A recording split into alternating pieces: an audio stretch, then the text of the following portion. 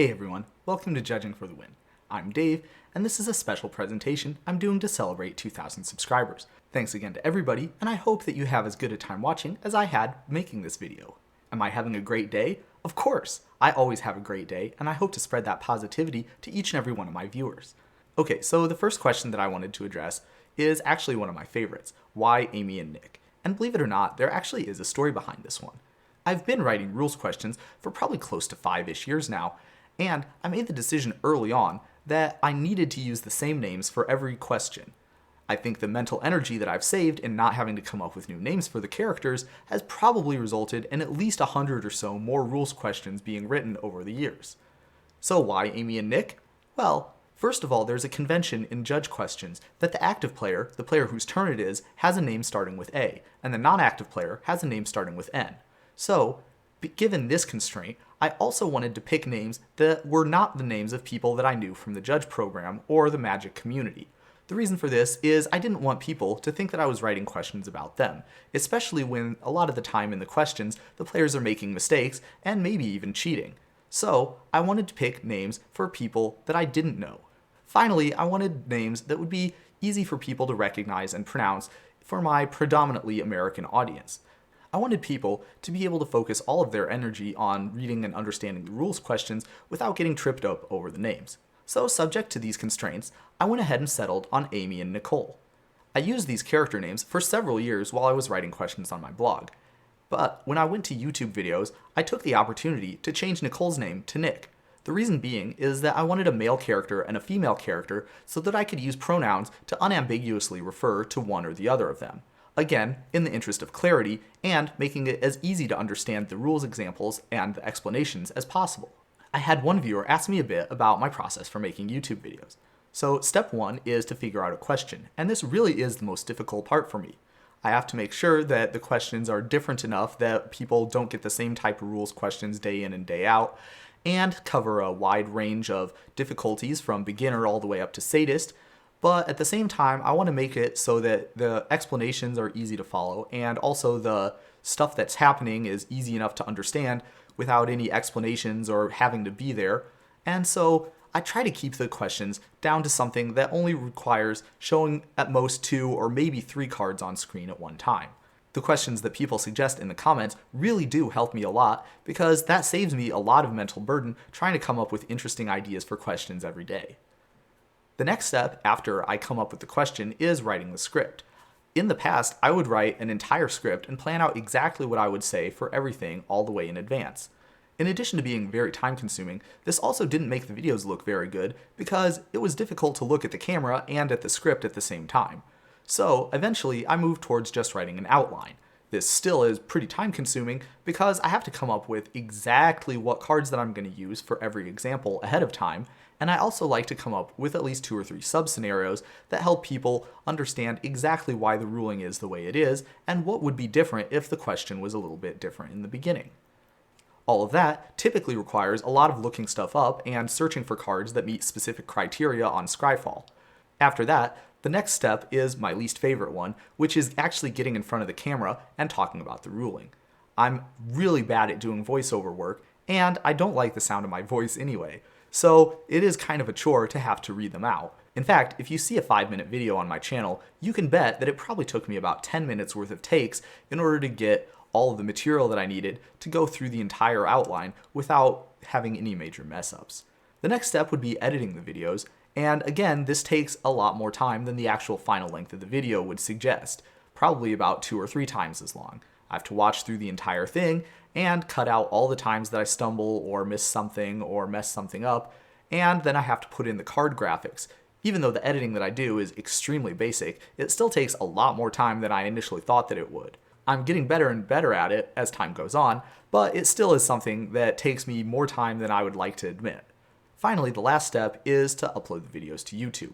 As far as advice that I have for people who want to get into YouTube videos, I have 2 suggestions. Number 1, find your niche. It doesn't matter what it is, there is one out there for you, and people will be interested in it. If you're discouraged and think that all the good ones have already been taken, that just means you have to get creative and make your own. The other tip that I want to give everybody is to pick an upload schedule and stick with it.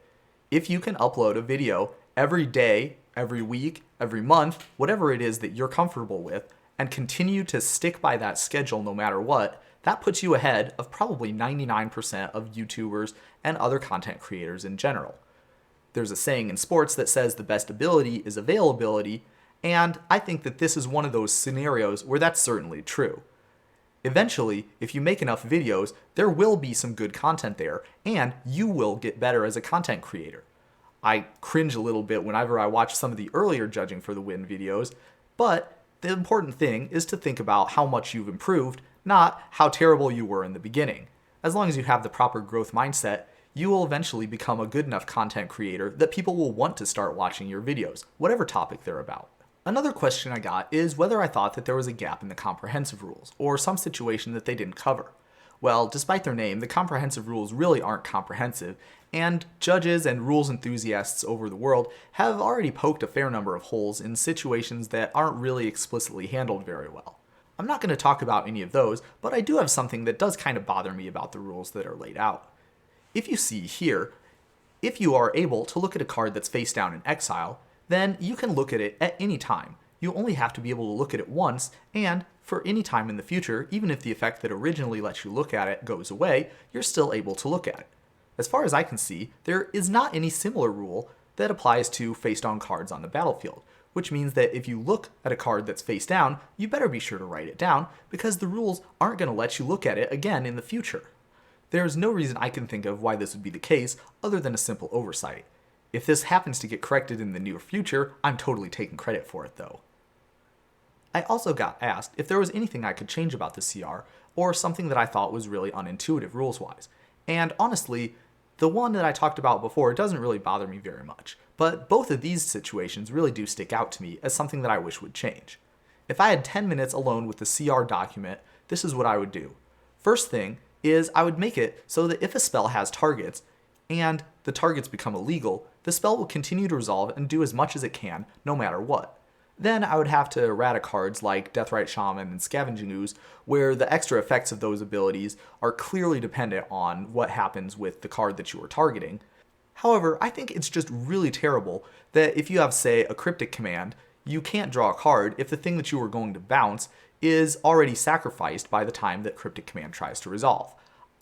I don't think anybody who didn't already know that this is how it works would say that that's how they thought it should work, but that's how it is in Magic, and it always feels bad trying to explain this to people in a real game situation. So I think the price of errataing a few cards would definitely be worth it. The other thing that I want to change is in a similar vein, in that I don't think any real person who didn't already know how it worked would think that changing the land type should also get rid of all of its abilities. And this one I think is even a little bit more pernicious, because if you asked a normal person, what does non-basic lands or mountains mean to you, they would probably say exactly the right answer, which is that your Flooded Strand can't get cracked, and you can only tap it for red. And that's right. The thing that I don't like about this is that when you get to the next level of rules understanding, it starts to make a lot less sense. Once you realize that types and abilities are not in fact thematically connected at all, except in this one specific instance, it makes absolutely no sense why the line, in addition to its other types, should possibly mean that a Flooded Strand should still be able to get sacrificed for mana. And that's exactly what the difference is between something like Blood Moon and something like Urborg in their type changing effects. So what I would do to fix this is I would make it so that if you changed a land's type, the only thing it did was add the basic land ability to tap for mana. All the other abilities would still stay where they were, unless the card specifically said that it lost the other abilities. This template is already in common use for other types of effects that are similar to this, so I have no idea why they haven't yet bitten the bullet and made it so that this is how changing land types works as well. Now, I know that I was pretty harsh on Blood Moon just now, but it is kind of a love and hate relationship. For example, when people ask me about what my favorite interactions were, they also involve Blood Moon. First of all, there's Blood Moon plus Urza Saga, which single-handedly got me about 200 or 300 subscribers. If you haven't seen that video, be sure to check it out. But for me, my favorite rules interaction is Blood Moon plus Conversion, which I did a video on a few months ago. When you see someone who's written as many rules questions as I have saying that one of them is their favorite, you know that one's going to be really excellent. So definitely check that video out too if you haven't already. There were, to nobody's surprise, a fair number of questions about joining the judge program or advancing in level. Before I say too much, I'd like to point out that it's kind of an interesting time in the judge program right now. There aren't a whole lot of big events, and so the future of judging at competitive rel is a little bit less certain than it has been in recent history. That said, there's no reason why anybody should be afraid of joining, or why anybody should be put off and think that Magic won't return to its paper roots just as strong as it was before the COVID-19 outbreak. So, what should you do if you're interested in becoming a judge? I think that to answer this question, there's a couple of points that I want to make. There seems to be some confusion about the process in general, and I'm going to be making a video about that topic at some point in the future, but here's a few quick hits. First things first, I want everybody to get at least 10% more confident in their ability to pass the judge exams. Yes, those tests are there, and there are people that don't pass the test the first time around. However, there's a lot of people who seem to think that the barrier to entry is a lot higher than it really is. In fact, I think a lot of people would be surprised at just how accessible it really is. The benchmark I like to use is that if you're a player who's been going to competitive events over the period of about a year with any regularity, then you've probably picked up passively about enough knowledge to be able to have a good chance at passing that exam. If you got a half-hour cram session with an experienced judge beforehand, I would put the odds up a little bit higher, probably even closer to 75%. That means that you really shouldn't be stressing out about whether you're ready to take the exam. If you aren't, then you can always take it again, and unless you have some sort of a mental block that makes it more difficult for you to take tests, I don't see any reason why anybody shouldn't be able to eventually pass after getting a decent foundational knowledge. Realistically, if you do any sort of regular studying, like watching the DDR videos or reading cranial insertion or watching any of the various judge podcasts, you really shouldn't have any issue building up the knowledge base that you need to be able to pass. So if that's not the hardest part that you should be concerned about, what is? And I would say that the answer to this question might also be a little bit surprising to many of you. I think probably the hardest part about becoming a judge is finding somebody to certify you. If you happen to live in a major metropolitan area, there's a good chance that you're going to live in close proximity to a judge who has the requisite level to be able to administer the exam and the interview. However, if you don't, then, well, that could be kind of a challenge. Back in the days when there were widespread GPs and Star City games and other major tournaments that you could go to, I would always point people towards those avenues as ways that they could find and get in touch with a high-level judge in their area. You can probably go up to a Magic judge at any Magic tournament, and if they're fairly active, they should at least have an idea of which judges are the people who you would want to talk to, or at least be able to point you in the direction of somebody who does. Most judges are actually extremely friendly, so don't let the black shirts and intimidating uniforms put you off. Definitely talk to them and ask them what their opinions are. This is pretty much exactly the same advice that I would give to somebody who's interested in moving from level 1 to level 2, or even level 2 to level 3. The hardest part isn't even really convincing somebody to put the time in to help you advance. Almost all judges are willing to do this, at least to a certain extent, unless they're extremely busy with other judge projects. The really hard part is generally getting in touch with somebody in the first place, since as a player, there aren't really a lot of great resources to be able to do this. And unfortunately, until big tournaments return, I don't really see this situation changing for the better in the future. One other thing I wanted to say that should help give people some hope is that the judges I'm familiar with are generally very happy to put in some effort if you are also. I've seen judges travel 2 or 3 hours just to administer an exam and an interview to help somebody who wanted to get into the program do so. That really speaks to the ethos of the judge program and the fact that everybody really is welcome here. There were also several people who asked me personal questions, such as what my favorite game was outside of Magic. And I don't really know if I have a favorite one. I've played a lot of different games at like a club or a tournament level over the years. Right now, I'd say the game that I play the most outside of Magic is probably League of Legends. So, if you want to duo queue sometime, go ahead and send me a message. It'd be kind of nice to have a support who actually knew where the keys on their keyboard were, or didn't stand 30 or 40 miles behind the minion line all the time, or maybe didn't go in on some stupid engage that I was in no position to follow up on and then spam pings me after it obviously doesn't work out. Favorite format, that's an easy one, Legacy. In fact, this is actually kind of related to how I got into judging. If anybody remembers back when Star City Games had their tournament series set up so that Standard was always on Saturday and Legacy was pretty much always on Sunday, those were the events that I was trying to get my friends to go to with me. However, I had a problem. I really didn't care anything about Standard, only Legacy. However, most of my friends didn't really play Legacy, only Standard. So I figured that if I became a judge, I could judge on Saturday and play on Sunday, and then I would get to go to these tournaments with my friends. Of course, I gradually turned out to be better at judging than I was at playing, and eventually I ended up where I was here. Favorite colors. Okay, so I'm kind of biased here. In my formative years of Magic, for a long time, the best deck in Standard was always some variant of Blue X Control. And so, because I was a competitive person, I got used to playing those decks and I got used to winning with them. Now, even though Blue X Control is most certainly not the best deck in pretty much any format, I still like to play it, and it's still the deck that I find the most fun playing. Where am I? Okay, so this is actually a great question. I'm from Fort Wayne, Indiana, which, if you don't live in the Midwestern US, it means I'm right about here. Now, I could probably do a whole video talking about how living in Fort Wayne has affected my Magic and judging careers, but I'll distill it down to a couple of main points. First of all, Fort Wayne has a lot more stores that run F&Ms than an average city of our size.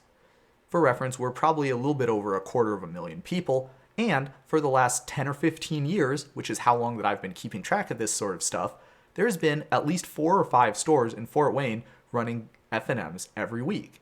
Now, that is a lot more than a lot of the other cities that are anywhere near our size are. So, as a result, we have an extremely strong F&M crowd. In fact, if anybody remembers, back when the F&M World Championship was a thing, fully a quarter of the representatives from the US to that tournament came from Fort Wayne, Indiana, including both finalists. Just don't ask me how I did in that tournament. The other thing that's really interesting about Fort Wayne is that we're too small to have Magic tournaments of our own. Sure, there's local events, but nobody ever puts a 1,000-person tournament in Fort Wayne. However, if you don't mind driving for a couple of hours, you can get to Cincinnati, Cleveland, Columbus, Detroit, Indianapolis, or Chicago within about a 3-hour drive. And if you're willing to stretch that out to 4 hours, you could put Milwaukee and Louisville on that list too. That means that if you live in Fort Wayne and you don't mind a little bit of a drive, you can go to a Magic tournament pretty much every week, which is really awesome. I think both these factors combine to have a really strong judging culture in the Fort Wayne area. And for, again, about as long as I've been keeping track of this sort of stuff, Fort Wayne has had 4 or 5 really active, strong level 2 judges in it for pretty much the entire time that I've been paying attention. Pretty cool, and an awesome place to live, if I do say so myself. Pets. Okay, so I actually don't have any pets, and for somebody who has as many piles of Magic cards lying around as I do, that's probably for the best. However, I do like dogs, cats, snakes, guinea pigs, and any other kind of pets that people tend to have. If you love them, then I probably will love them too. Favorite music? Yeah, I listen to music just like normal music, not embarrassing or anything, just, what normal people would... Favorite commander / deck? Okay, so I'm probably going to lose a bunch of subscribers for saying this, but I don't actually play a whole lot of EDH. Back when I first started playing Magic, it was before EDH really was a thing, and so I did play a bunch of multiplayer, but never that format. And then by the time that EDH did come around, I was pretty much ensconced in the competitive scene, so I never really did play a whole lot of Commander. The times that I did, I played 5-color because, well, I couldn't choose what cards that I wanted to cut, so I wanted to have access to everything. Would I help colonize Mars? Yeah, I think I probably would. I'm pretty sure my parents would be supportive of that, and I live alone with no pets or anything, so I would pretty much be the perfect candidate as far as that's concerned. And would I be kind of scared about giving up my normal life? Yeah, of course. But on the other hand, if you think about things that a person could do that would advance humanity, there aren't a whole lot of things that are within a normal person's grasp that would be higher up on the list than that. Favorite role as a judge? So I really like this question. If you don't know, at major tournaments, the judges kind of split all the administrative tasks that they have to do up into different teams. So even though all the judges would be doing rulings and helping people out at the tables, there would be one team that would be in charge of pairings, one team that would be in charge of slips, one team that would be in charge of deck checks, stuff like that. So out of all of those teams, I don't really have a favorite. I do like to be on the main event more than the side events because it tends to be a little bit more competitive atmosphere, which is the kind of Magic that I'm more used to playing. A lot of people in my area tend to be more on the competitive side too. But if I had to choose one role at a tournament, I would probably be the person who's in charge of side events. So even though I can run the side events just fine, the thing that I really get drawn to is the logistical challenges of, for example, making sure that people have enough table space, making sure that the side events has as many players playing in it as they possibly can fit at any given time, managing a bunch of different events starting and ending at different times throughout the day, and making sure that those events are all staffed appropriately. I think that probably most judges would agree that that's one of, if not the hardest, logistical roles in most Magic tournaments. So I think that that's the one that I really like the best. Second favorite lizard. Okay, so Hall Monitor would probably have to be first because that's a pretty good pun. But my second one would probably be Scissors Lizard. I saw this card very early on in my Magic career, and I thought that it was kind of funny having rock, paper, scissors being realized in Magic card form. Why do you judge? Okay, so I talked a little bit about what first caused me to get interested in getting into judging. As far as my Magic career is concerned, I've been a Magic player a lot longer than I've been a judge, probably 2 or 3 times as long. I've always been interested in the rules, and I've probably always had an above average rules knowledge, but a lot of the time I wasn't really super interested in getting into the judge program. I talked a little bit about what got me into the judge program, but that's not really what I'm super interested in right now. So one of the things that I really like about Magic is the ability to get together with people from all over the world. And I really do mean all over the world. When I was in China, I still got to play FNM every week, and that's one of the few things that really felt like home. With judging, you get to take that to the next level. And being in the judge program, you have this giant network of people who all have the same knowledge base and the same feelings about something that you do, which is really, really powerful. It's the same reason why I did stuff like writing my blog or making these YouTube videos. Getting to touch people all over the world, that's something that's really powerful, and that's something that I really like about Magic in general and judging in particular. Alright, so final question, and this was one that I was actually kind of surprised that people were asking, but I had a few people ask it, and it started even before I had the Ask Me Anything. How can I support Judging for the Win? And for a long time, the thing that I would say is, I don't really have any specific goals for this channel or goals for what I want to do with it. So the best thing that you can do to support Judging for the Win is to just keep watching the videos, ask questions in the comments, and recommend them to other people. And I still think that's the best way that people can contribute to the channel. I really do. I have a normal person job, so I really feel kind of weird about asking people for money, even though this is something that I spend a lot of time on. But enough people asked me about it, so I finally broke down and opened up a Patreon. I kind of feel a little bit conflicted about this, to be honest, because I feel really strongly that educational content specifically should be free to access. And I want to assuage everybody's fears if you think that I'm going to put anything behind a paywall. I certainly am not. Judging for the Win is free and always will be. That being said, if you happen to have so much money that you can't think of anything to do with it other than give some of it to me, well, I guess I'm not going to say no to that. I don't have any really specific ideas about where I'm going to go with this Patreon or what kind of stuff I'm going to do with it, but I am going to start having a monthly patron pick ruling, and at some point there is going to be a patrons only Discord that people can join. I'll say it again, I really do believe the best thing people can do to support this channel is to watch the videos, recommend them to their friends, and suggest questions that I can cover in future DDRs. That said, if you want to donate, it's there. The link's in the description below.